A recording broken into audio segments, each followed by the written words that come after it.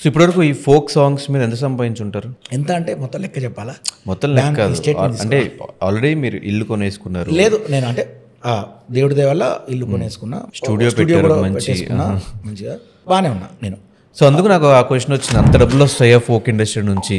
నేను 20 సంవత్సరాల నుంచి, ఇందాక నువ్వు అన్నావు ఇంత ఇన్ని సంవత్సరాలు అయింది మరి ఇంతవరకు ఏంటి అని అడిగినావు కదా. నేను ప్రైవేట్ ఆల్బమ్స్ ద్వారా నేను స్టూడియో పెట్టి చిన్న చితక ప్రాజెక్టులు చేసుకుంటా. ఫస్ట్ నేను ఒక చిన్న సెటిల్ అయినా ఇక్కడ. అంటే ఇప్పుడు మీరు ఒకటి ఆలోచించండి, ఇక్కడ నేను ఇండస్ట్రీలో చాలా చూశాను, అంటే ఎంత సంపాదించారు అనేది కరిగిపోద్ది బ్రదర్. ఇప్పుడు ఏంటంటే మనకు ఒక మన ఎప్పుడైతే మన కెరీర్ పడిపోద్దో అప్పుడు మనకు రూపాయి ఉండదు, ఎవరు ఇవ్వరు.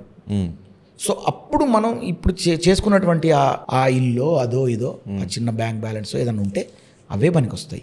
సో ఇవాళ నాకు చాలా బాధేస్తుంది ఇలాంటి. నేను అందుకే ఎంత సంపాదించావు అంటానికి క్వశ్చన్ ఏమడిగినా వాళ్ళు మర్చిపోయినావు. క్వశ్చన్ గుర్తుంది, నాకు గుర్తుంది. అన్ను గుర్తున్నా కూడా ఆ క్వశ్చన్కి ఇది ఆన్సర్. ఓకే, సో ఇప్పుడు జనరల్గా ఒక ఫోక్ సాంగ్కి మీరు ఛార్జ్ చేసేది ఎంత? అంటే ఎంత అని అంటే ఇప్పుడు అక్కడ పాడే సింగర్ను బట్టి యాజ్ ఎ కంపోజర్గా మన రెమ్యునరేషన్ ఉంటుంది, మనం ఖర్చు పెట్టే లైవ్ ఇన్స్ట్రుమెంట్స్కి ఉంటుంది, తర్వాత మనం లిరిక్స్ రాయించాలనుకోండి ఆ లిరిక్ రైటర్ పేమెంట్ ఉంటుంది. ఇట్లా కలిపి రకరకాల ప్యాకేజీలు ఉంటాయి. అలా చిన్న చిన్న ప్యాకేజీలే, పెద్ద ఏం కాదు, లక్షలు ఏం తీసుకోండి. నేను మామూలుగా 1 lakh 120 130 140 150 ఒక సాంగ్కి. కొంచెం పెద్ద కొంచెం మంచి పాట బాగా చేయాలి అంటే ఒక 2 lakhs.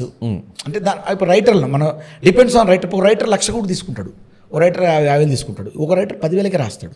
సో దీని మీద డిపెండ్ అయ్యి బడ్జెట్ పెరుగుతుంది, ఇంతే తప్ప వేరే ఏమి ఉండదు. పెద్ద 5 లక్షలు 10 లక్షలు 20 లక్షలు ఏమి ఉండదు.